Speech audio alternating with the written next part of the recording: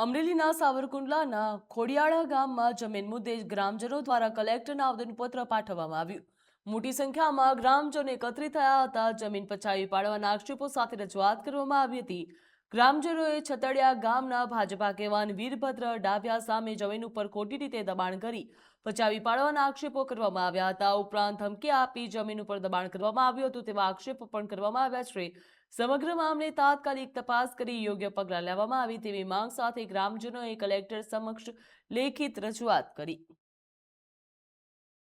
ખોડિયાણાના અમે રહેવાસી છીએ. 7 પૈકી એકની અમારી જમીન આવી છે. અમારી જમીનમાં બહારના સતડિયા ગામના ભાજપના સદસ્ય વીરભદ્રભાઈ વલ્કુભાઈ ડાભિયા કરીને ખોટા હાથબાર ઉપર બીજાના હાથબાર ઉપર જમીન રાખી અને અમને હેરાનગતિ કરે છે અને અમને એમ કહે છે કે તમારી જમીન તમારામાં અમારી જમીન આવે છે.